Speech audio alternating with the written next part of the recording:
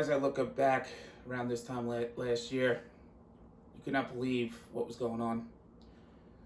As though the brick wall just kept on falling on top of you without even knowing. Every time I come home and take a look at this fridge, the photo that was supposed to change everything for me when I started comedy was making people laugh. I was starting to climb the ladder.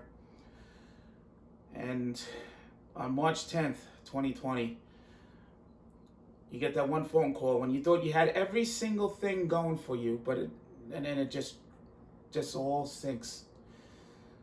If anybody ever been on the Titanic, they would even tell you it sunk faster than you realized you knew what was going on. With this pandemic, that's exactly what happened. Every day I take a look at that photo and just think, what could have been? You know, it was my first comedy tour. I was supposed to see 6 states, perform in 6 states, maybe 8. There was 2 on standby just in case how good I was doing. And then you got that one phone call saying everything was canceled. And then you heard on the news, everything was just going to hell.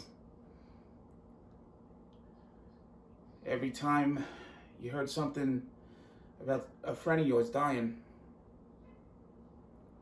it was like sinking in quicksand faster than you could realize you knew what was going on.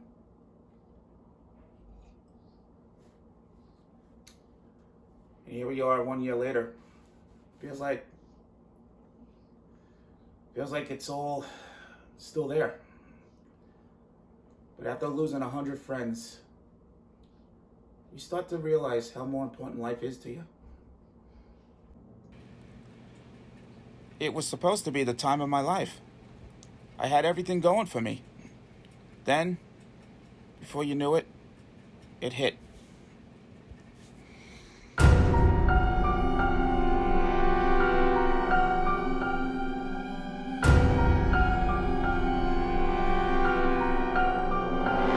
I realized the phone started ringing, and the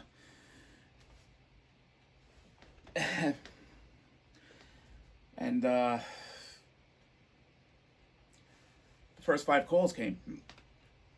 The first one I lost was a friend of mine I worked with. So the phone rang, I answered it, and my friends in the city were telling me the hospitals are filled up. They got no room for anybody. And the company I was working for, it just started falling like dominoes. And then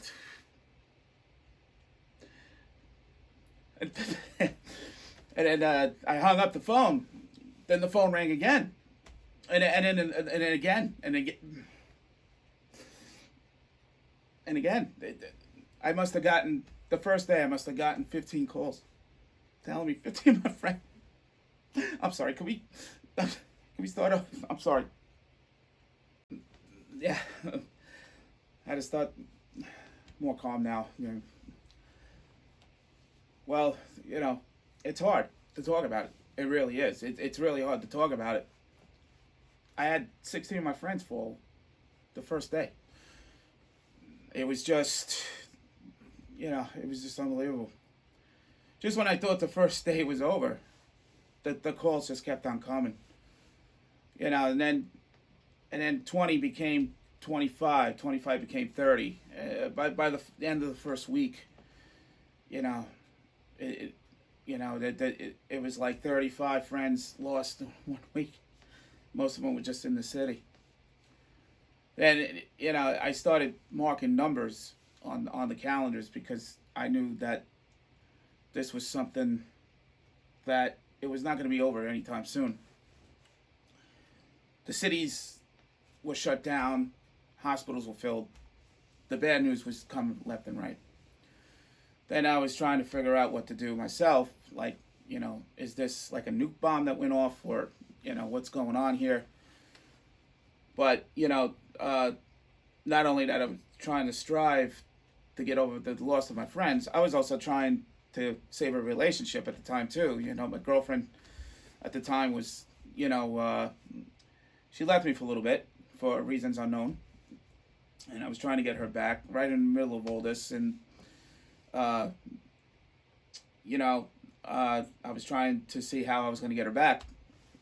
I was working so hard on it. Everything was just lost in like one day.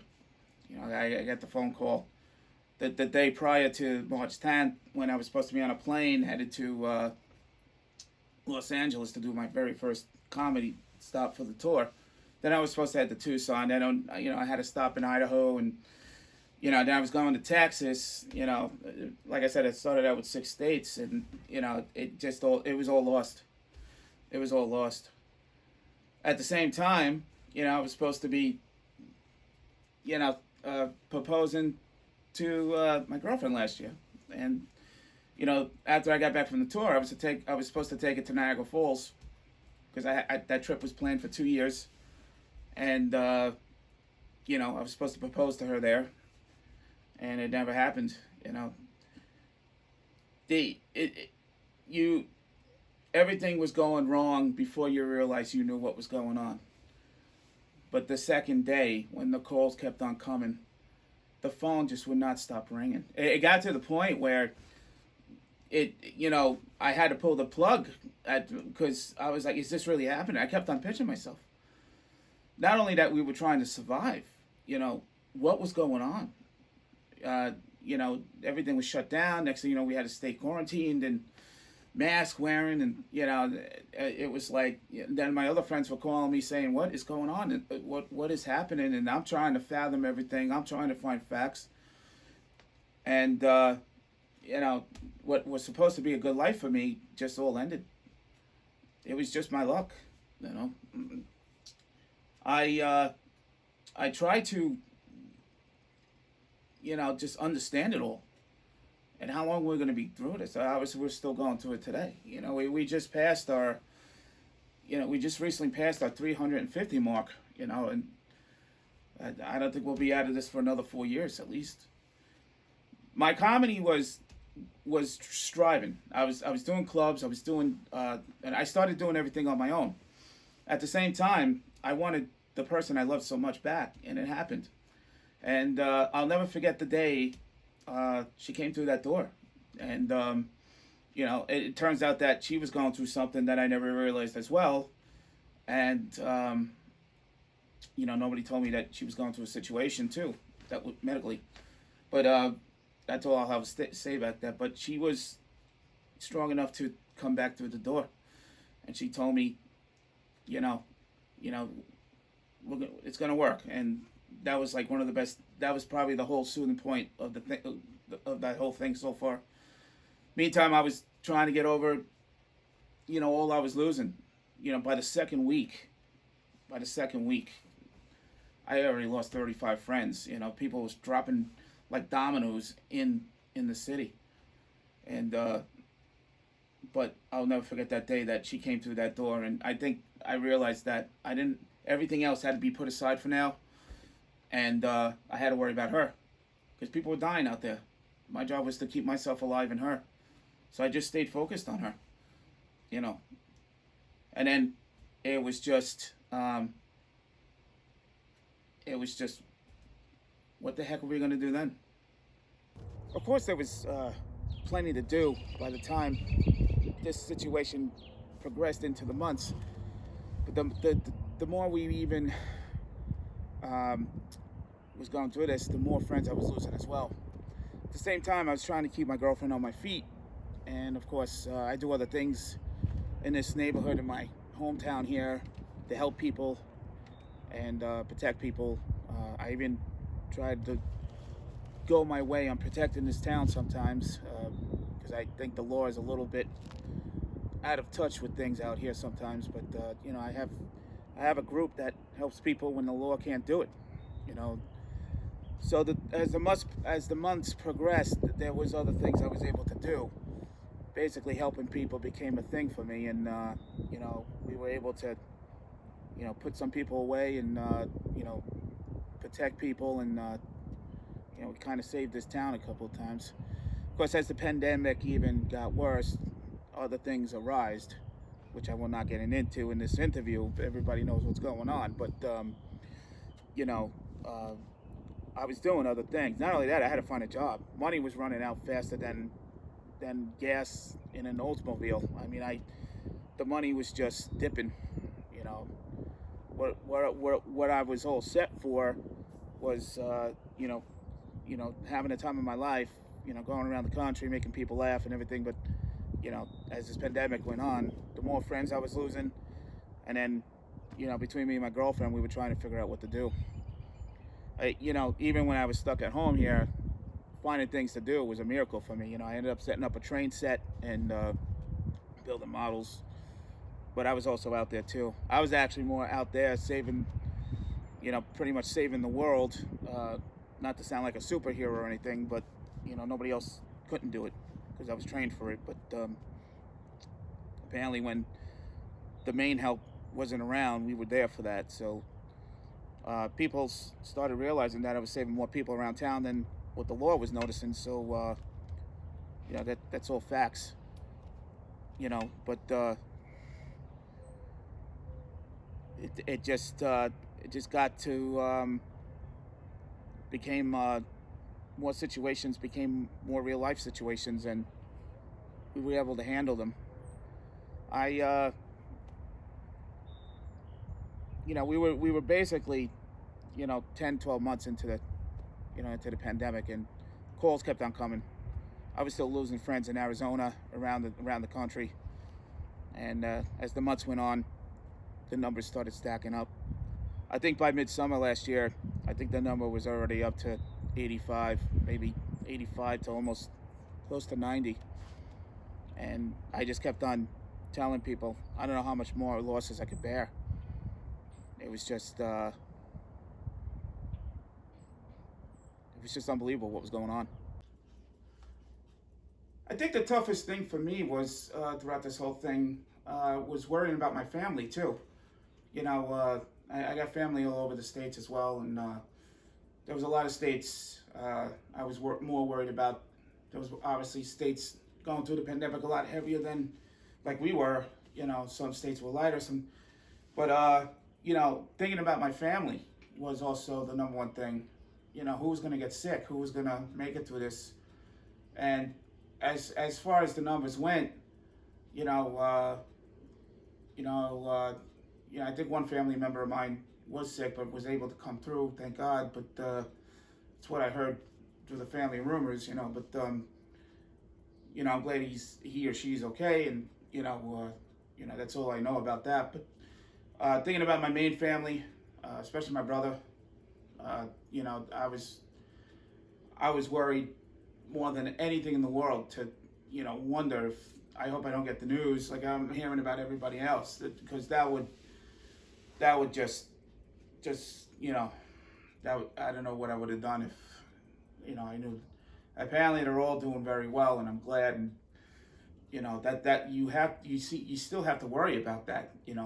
What's going to happen to your family as well. And believe me, I lost plenty of sleep at nights just worrying about that. I got family out west. I got family up north. I got family in the south. That basically you name it, there's somewhere around here in the States, and you just tend to worry about them, and not only that, it's just I have over 1,000 friends who are considered family throughout this nation, and you think about them all the time.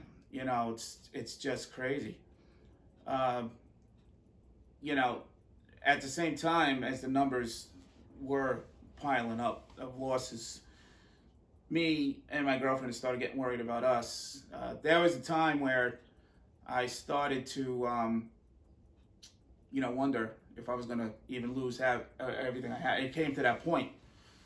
The bills, the money just ran out. Even when I found a night job that I'm still currently doing now, the money ran out, and I was trying to figure out what to do. I was basically still putting myself second instead of me first, and helping people and everything. Not everybody, and I didn't even bother asking for anybody for any money or anything like that. And I told my girlfriend, nobody's gonna help us. If I'm gonna lose this house or everything around me, and I came that close. I'm doing that. I had to do something to, redeem myself. So, it got to that point, where I got lucky. I started, even when I was doing birthdays for comedy, it's one of the reasons how I got so far up the ladder. People were spreading word out there that, it was going to work, and I still tried to, even during this virus, I was still trying to get the birthdays in, and, but, you couldn't even go to people's house, so I had to start doing things online. And I think, thank God, with whoever invented the Zoom and the other chat sites and everything like that, I think that's what started, just lifting things above water a little bit. There was a time where, once again, I've been rock bottom before. You know, everybody knows the story about that, but I never thought it would get like that again. There was a time where I woke up one morning and I thought I was gonna lose the house, and it was just mind-boggling. And meantime, the phone calls just kept on coming. So it just you're trying to worry about yourself, then you're trying to worry about still the friends. The thing that bothered me most about this whole thing is that you couldn't even go to any funerals. You couldn't even. You couldn't even go to funerals and say goodbye to these people. And, for me, you're talking about over 100 people that you're never going to see again. It's just mind-boggling. We're pretty lucky so far, but, if we do get through this, you got to worry about that for the rest of your life. I never even went to a funeral to say goodbye to this friend. And we, just 2 weeks prior, before everything started, we were at a bar having a beer together, talking about how we're going to do this and that.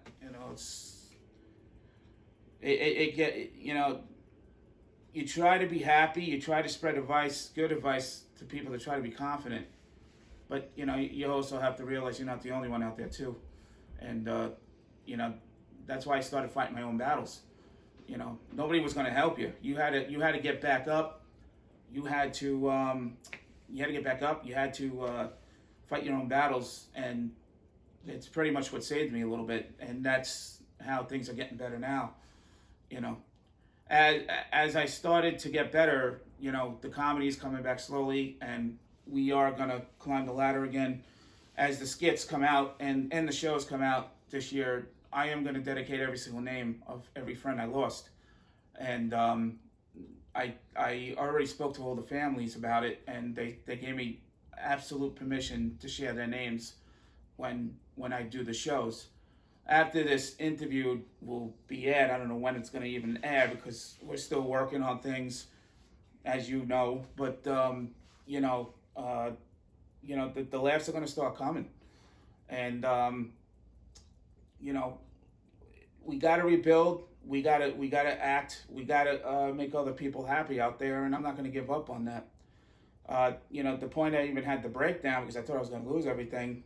I had to get myself together and say, hey, look, this is what it is.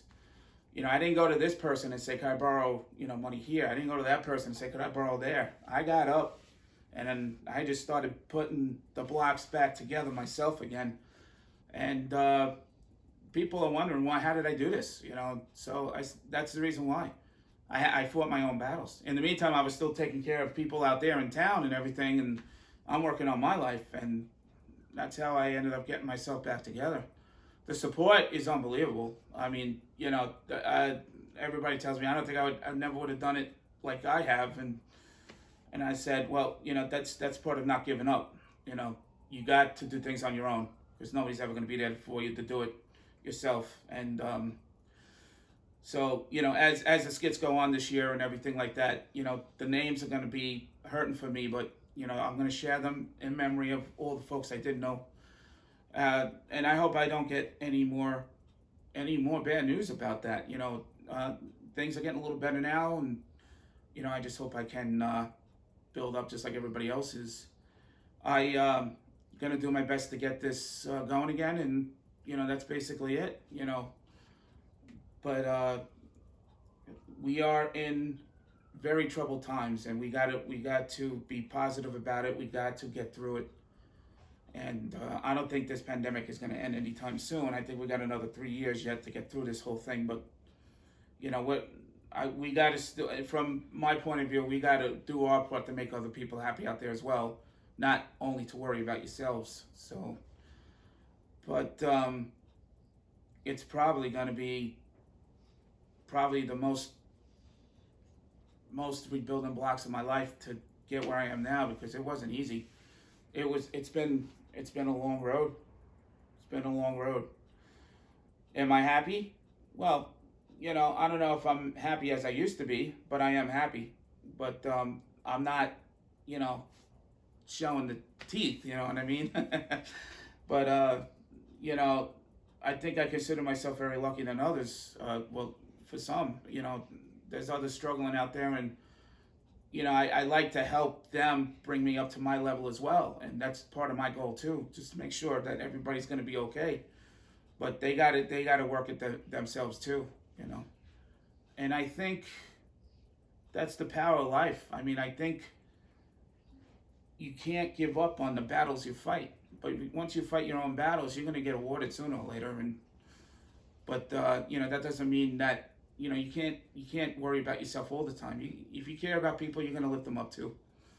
And I hope this year that I could be able to bring the laughs back and hopefully help people get through this. And that's going to be my goal.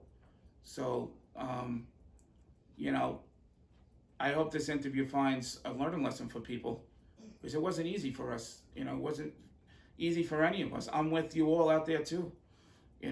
But we have to combine together. We have to be as one nation. We have to be, not afraid of anything. And I think that's the whole concept of all this. We're all gonna get through this. For the ones who are in trouble, and the ones we're losing, we got to fight hard to keep the others strong. And we got to keep on praying that they're going to make it through this too. It's all I got to say about it. So it's not an easy life, but life is going to go on for most of us, and my job is to try to be as the good guy that I am, to try to spread that entertainment, and hopefully I'll get to do that.